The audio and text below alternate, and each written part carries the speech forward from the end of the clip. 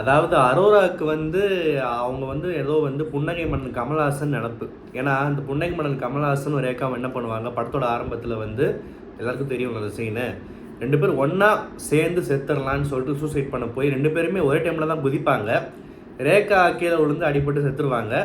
கமல்ஹாசன் வந்து அந்த மரத்தோட பிரான்ச் ரெக்கையில் மாட்டி கீழே தன்னோட காதலி இறந்து கிடக்குறாங்க. மேலே நம்மளால் சாக முடியலையே, இதை விட கொடுமையான ஒரு விஷயம் உலகத்தில் வேறு என்ன இருக்குது அப்படின்னு சொல்லிட்டு அப்படியே அழுதுட்டுருப்பார். அப்படியே இளையராஜா பிஜிஎம் வரும், அப்படியே புன்னகை மன்னன் அந்த டைட்டில் கார்டு, அப்படியே சாங்கு. அடாடாடாடா சே, இந்த கர்மத்தை வந்து நம்ம எது கூட கம்பேர் பண்ணுற மாதிரி பேசிகிட்டு இருக்கோம்.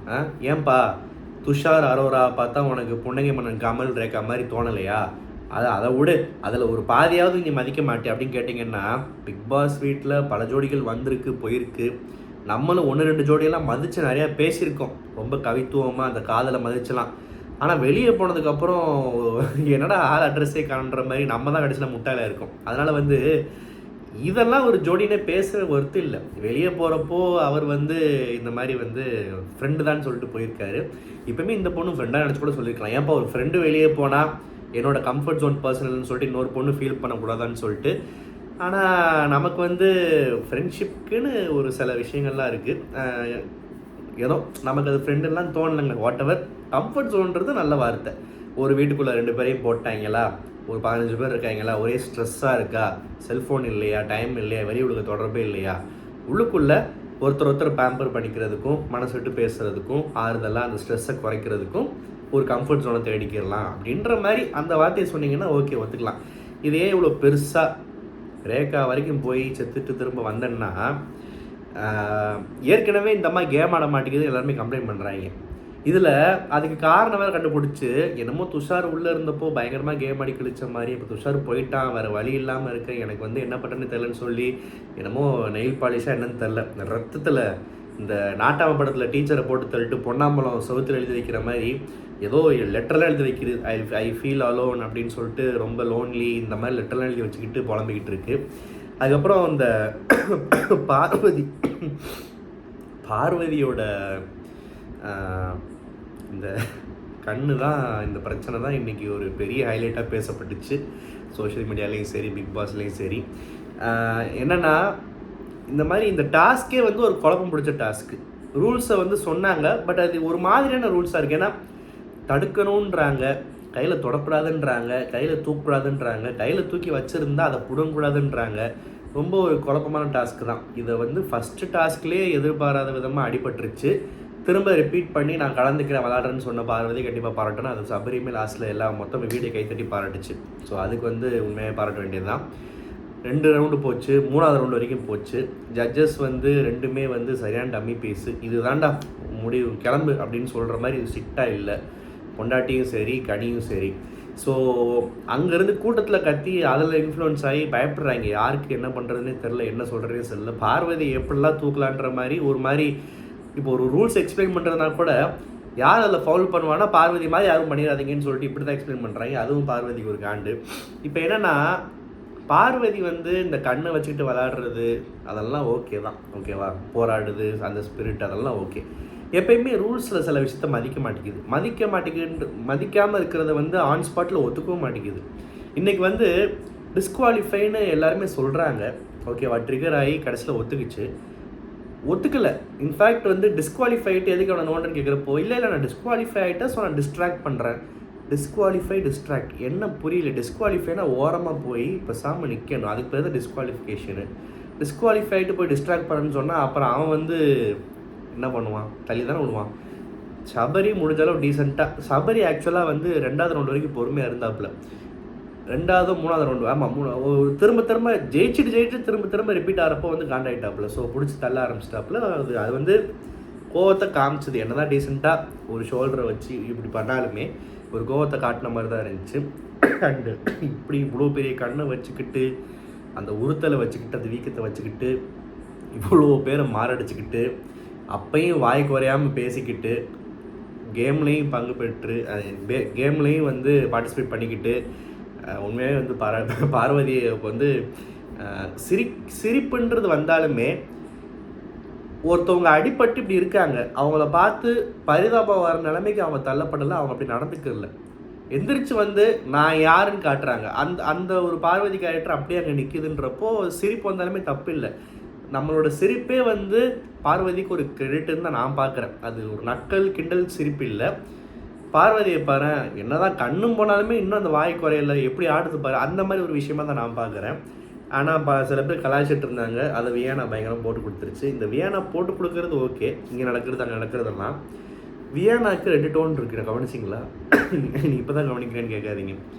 அதாவது ஒரு டோன் வந்து ஒன்றும் தெரியாத பாப்பா மாதிரி ஒரு ஸ்லாங்கில் ரொம்ப ஒரு பவ்யமாக, ரொம்ப ஒரு மழலை பேச்சுன்னு சொல்லுவாங்க, அந்த மாதிரி பேசுகிறது. இன்னொன்று வந்து அப்படியே பயங்கரமாக, இந்த பூனையும் பால் குடிக்குமா, உன் வாய்க்குள்ளே இவ்வளோ சொற்கள் இருக்குது அப்படின்ற மாதிரி வந்து பயங்கரமாக பேசுது. இதில் வந்து ஃபஸ்ட்டு அந்த ஒரு பாப்பா வியானா வந்து எவனையும் மதிக்க மாட்டான். அது வந்து இந்த நான் சொல்லுவேன், நான் தமிழ் சினிமாவில் லூஸ் ஹீரோயின் இருக்கலாம், அந்த மாதிரி கேரக்டர் தான். அதை வந்து பெருசாக அவனை மதிக்க மாட்டானுங்க. அது கொஞ்சம் நாளைக்கு தேர்த்தும், பட் ஆனால் ஒன்றும் கை கொடுக்காது.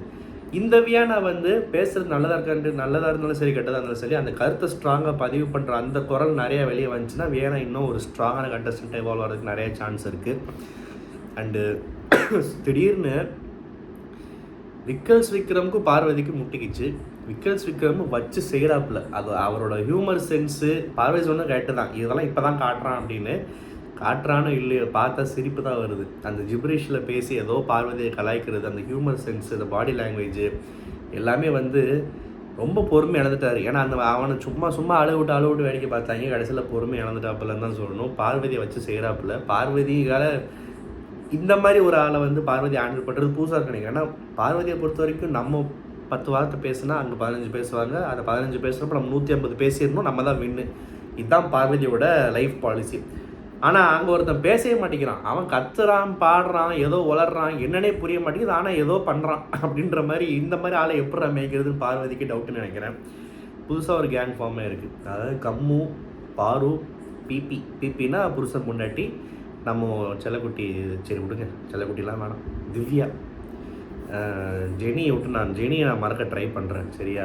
ஸோ வந்து இவங்க திவ்யா ஏன் மறக்க ட்ரை பண்ணுறேன்னு சொன்னால், நான் வேறு ஜோனுக்குள்ளே போகிறேன், என்னால் தவிர்க்க முடியல.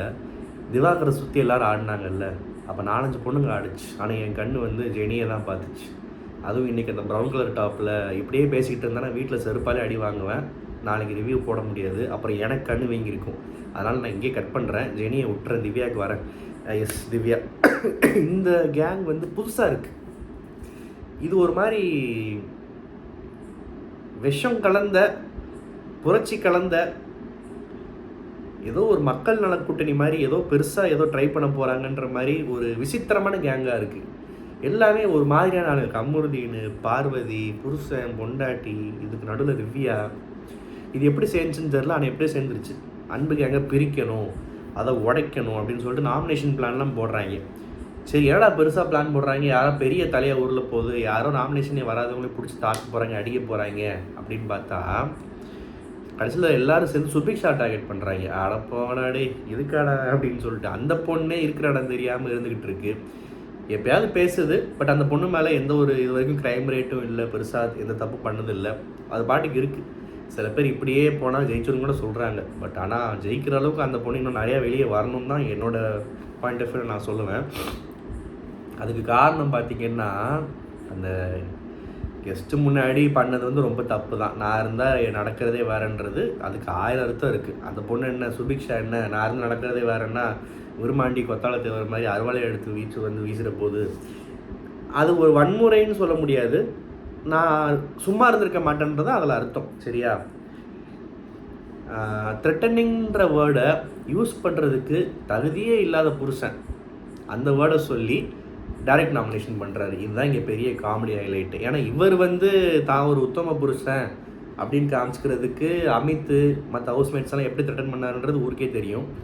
சம்மந்தமே இல்லாமல் சுபிக்ஷாவை இது பண்ணுறாரு. இந்த பார்வதிக்கு சுபிக்ஷா மேலே பழைய காண்டு. ஆனால் சுபிக்ஷா ஒரு அளவுக்கு மேலே வந்து காரணம் இல்லாமல் ஒன்றுனா இவங்களாம் பேக் ஃபேர் ஆகுன்றது புரிய மாட்டேங்குது. ஏன்னா மக்கள் என்றைக்குமே சில விஷயம் நோட் பண்ணுவாங்க, எந்த ஆங்கிளில் இவங்க சொல்கிறாங்க, என்ன சொல்ல வராங்க. இதுக்கெல்லாம் காரணம் கம்முருதீன் தான். ஆரம்பத்தில் விட்ட வார்த்தையெல்லாம் எதுக்கு அட்டாக் பண்ணுறாங்க? அந்த பொண்ணு பெருசாக யாருக்கும் வந்து ஒன்றும் பெருசாக இது பண்ணதில்லையே, ஏன் வந்து இவ்வளோ பேர் சுற்றி ரவுண்டு கட்டுறாங்க அப்படின்றது எப்பயுமே வந்து மக்கள் யோசிச்சுட்ருப்பாங்க. And சுபிக்ஷாவுமே கேட்டுருச்சு explanation. அதுக்கு ஒழுங்கான பதில் இல்லை. பொண்டாட்டியை பார்த்துட்டு வேறு வேலை இருந்தால் பாருன்றார். ஒரு ஆள் வீட்டில் இப்படி தான் மிரட்டுவார் போல். போ பாத்திரத்தை கழுவி போ அப்படின்ற மாதிரி ஏதாவது சொல்லுவார் போல். பல தோஷத்தில் சொன்னோடனே சுபிக்ஷா வந்து ஏன் பேசிகிட்டு இருக்கும்போது ஏன் அப்படி சொல்கிறீங்கன்னு சொல்லிட்டு அதை பிடிச்சி கேட்டுச்சு. நாமினேஷன்ஸ் வந்து ரொம்ப இன்ட்ரெஸ்டிங்காக இருந்துச்சு. நிறைய பேரோட நிறையா காரணங்கள் ரொம்ப சுவாரஸ்யமாக இருந்துச்சு. எனக்கு பர்சனலாக விக்கல்ஸ் விக்ரமோட 2 நாமினேஷன் பிடிச்சிருந்துச்சு. ஒன்று வந்து திவ்யாவை ஹைலைட் பண்ணி, சரி பொண்டாட்டி தான் வந்து சீக்ரெட் டாஸ்க்னால ஒரு விஷயம் பண்ணுது, ஆனால் நீ வந்து உன் பதவி போயிடுச்சு, அடுத்து வர எவனுமே வாழக்கூடாது உலகத்தில் அப்படின்ற ஒரு நச்சுத்தன்மை கலந்த ஒரு என்ன சொல்கிறது ஒரு காண்டில் நீயும் ஒரு சில வேலையை பார்த்தியா, அது ரொம்ப தப்பு அப்படின்னு சொல்லிட்டு அவர் சொன்னார். இன்னொன்று வந்து அஃப்கோர்ஸ் அரோரா. ஸோ ஒரு ஆள் ப்ரெசன்ஸ் இருக்குது, பட் ஆனால் பண்ண விஷயம் ரொம்ப தப்பு. இன்னொரு ஆள் ஒன்றுமே பண்ணுறதில்ல. ஸோ அந்த செலெக்ஷன் அந்த ஒரு வெரைட்டி காமிச்சாப்பில் நிறைய பேர் திவ்யா அந்த ரீசன் சொல்லி சொன்னாங்க. அரோராவே நிறைய பேர் சொன்னாங்க. கெமி வந்து கனியை நாமினேட் பண்ணது எனக்கு ஒரு பெரிய ஒரு ஐ ஓப்பனர் மாதிரி இருந்துச்சு. பரவாயில்லையே, நிறைய பேர் கேங்குன்றாங்க. அந்த அளவுக்கு இந்த கேங் இன்னும் இந்த கேமோட சுவாரஸ்யத்தை பெருசாலாம் கெடுக்கல. நான் ஏற்கனவே சொன்ன மாதிரி பார்த்தா இருந்தாலுமே கெமி வந்து கனியை நாமினேட் பண்ணது எனக்கு என்னமோ தனியாக தொக்கா தெரிஞ்சுது. ஸோ நோட் பண்ணி வச்சுருந்தேன். அண்டு வினோத்துக்கும் கமருதீனுக்கும் பார்வதியால் சண்டை. அதாவது 2 ஃப்ரெண்ட்ஸ் இருப்பாங்க. இந்த ஃப்ரெண்ட்ஸுக்கு நடுவில் ஒருத்தன் கமிட் ஆவான், ஒரு பொண்ணு நடுவில் வந்துடும். அந்த பொண்ணு நடுவில் வந்தோடனே இவன் வாய் சும்மா இருக்காது. இவன் எதாவது கலாய்க்க எதாவது சொல்ல அவன் இத்தனை வருஷம் நட்பை மறந்துட்டு அந்த பொண்ணுக்காக சப்போர்ட் பண்ணி பேசுவான். அந்த பொண்ணு ஒருத்தர் இருந்தால் பேசலாம். நான் ஒன்றும் அப்படியே ஐயோ இந்த இந்த தபுவை உதறி தள்ளிட்டு அப்பாஸும் வினீத்தும் ஷோல்டரில் கை போட்டு கிளைமேக்ஸ் நடந்து போயிருக்கணும்னு பேசுகிறாலாம் கிடையாது. லவ் தான், ஃப்ரெண்ட்ஷிப் தான். இருந்தாலும் வந்து இன்றைக்கி என்ன ஒரே தத்துவமாக இருக்குது. இவங்களுக்காக எங்கெங்கெல்லாம் போக வேண்டியதாக இருக்குது. புன்னகை மன்னன், காதல் தேசம், கர்மோன்னு. சரி ஓகே. கமருதீன்னு பார்வதி நம்ம வினோத் இந்த மேட்ரு தான் கலாய்க்க போய் இவர் சப்போர்ட் பண்ண போய் இவர் ரொம்ப மவுத் பீஸாக இருக்கார். மவுத் பீஸாக இருக்க வேணாம், ஐ தான் டேமேஜாக இருக்குது. ஐ பீஸாக இருந்து ஏதாவது வந்து அந்த பொண்ணு கையகையே பிடிச்சி இங்கே பாத்ரூம் இருக்குது, இங்கே இது இருக்குதுன்னு சொல்லி ஹெல்ப் பண்ண கூட பரவாயில்ல. கம்மு வந்து அவரால் சும்மா இருக்க முடியல கம்முன்னு. ஏன்னா பார்வதிக்கு கண்ணும் போச்சா, சும்மாவே ரொம்ப சப்போர்ட் பண்ணுவார். இப்போ சிம்பத்தி கலந்த ஒரு அக்கறை வேறு இருக்குது. ஸோ எல்லாமே கண்ணுக்கு தப்பாக தெரியுது. கண்ணே அங்கே தப்பாக தான் தெரியுது. கவிதை ஓகே வாட் எவர். இது ஒருத்தவங்க அடிபட்டிருக்கிறப்போ கலாய்க்கிறது தப்பு தான். ஆனால் அந்த பொண்ணுக்கே கண்ணில் அடிபட்டிருக்கு, இவர் பாருன்றாரு. அது வந்து ஒரு வேர்ட் பிளே மாதிரி ஒரு லைட்டாக எடுத்துக்கலாம். பார்வதியெல்லாம் மற்றவங்கள பேசுகிற பேச்சுக்கு வந்து வினோத்தோட காமெடி அவ்வளோ ஒன்றும் இன்ஜூரியஸ் டு ஹெல்த் கிடையாது, ஓகேவா? பட் ஸ்டில் இதை வந்து பெருசாக போய் கமருதீனை வன்முறையை கையாள்வார்ல, உடனே தன்னை ஒரு பெரிய ஹீரோவை நினச்சிக்கிட்டு அதை ஆரம்பித்தார். வினோத்தை லைட்டாக எகிர்னார். நல்லா கொஞ்சம் ஒன்று விட்டுருந்தா லைட்டாக நல்லா இருந்திருக்கும். ஆனால் கொஞ்சம் பிஸி ஆகிட்டார். சாப்பிட்டுட்டு இருந்த கையில் தோசை இருந்துச்சு எனக்கு. அந்த தோசையை பார்த்தீங்களா, நல்லா சாம்பார்லேயும் சட்னிலையும் ஊறி நல்லா டி நகர் பக்கம் கயந்தி போல கிடைக்கிற மாதிரி இருந்துச்சு பார்க்குறதுக்கு. இன்றைக்கி என்னென்னமோ கண்ணுக்கு தெரியுதுங்க, எங்கெங்கேயோ போயிட்டுருக்கு. சரியான தூக்கம் இல்லை என்னன்னு தெரில. நான் சீக்கிரம் தூங்க போகிறேன், நீங்களும் தூங்க போங்க. என் ரிவ்யூ வந்து லேட்டாக வந்தால் தயவு செஞ்சு கோச்சிக்காதீங்க. தூங்கி எழுந்துட்டு காலைல பாருங்கள். என்னாலுமே தூக்கத்தை காம்ப்ரமைஸ் பண்ணாதீங்க. போதுண்டா சாமி இன்றைக்கி தத்துவம். இருமல் வேறு நடுவில். அப்புறம் நிறைய பேர் சொன்னீங்க கோல்டாக இருக்குது பார்த்துக்கோங்க, ரொம்ப நன்றி. கோல்டெல்லாம் வந்து சாதாரண விஷயந்தான். இருந்தாலுமே அதை ஹைலைட் பண்ணி கமெண்ட்டில் போட்டு ஹெல்த்தை பார்த்துக்கோங்கன்னு சொன்னதுக்கு வந்து ரொம்ப நன்றி. பார்த்துக்கிறேன்.